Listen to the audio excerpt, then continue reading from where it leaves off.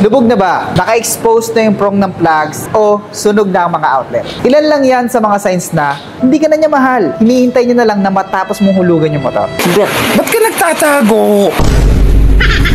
Pero kidding aside, ilan yan sa mga signs na kailangan mo na magpalit ng outlet. At kung naghahanap ka ng high quality, durable, at magandang design na switch and outlet, ito yung marirecommend namin sa'yo, si Opal Switch and Outlet. So here's why. One of the reason kung bakit nag-overload, nasusunog, at nagkakaproblema yung mga outlet natin sa bahay ay dahil din sa mababang ampere capacity nito. Usually kasi pag mga pambahay lang naman, ang kadalasang ginagamit na outlet talaga is yung mga 10 ampere na outlets. Kaya lang yung mga 10 ampere na outlets, yan din yung kadalasang mabilis na uminit, yung kadalasan nag-overload, and eventually, nasusunog nga sila. So ang tanong, posible bang mag-cause ng sunog yung overload sa outlet? Ang sagot dyan ay, of course. And one way to solve that problem is gumamit ng mga mas mataas na ampere capacity ng mga outlet. Thanks to Oppo Lighting, gumawa sila ng durable na outlet na may mas mataas na ampere capacity, which is 16 ampere outlet na siya, na mas pinaganda yung design and yet affordable. Ang isa pang maganda sa brand ng outlet na to ay universal na siya para sa mga appliances na merong grounding, and naglagay na rin sila ng safety shutter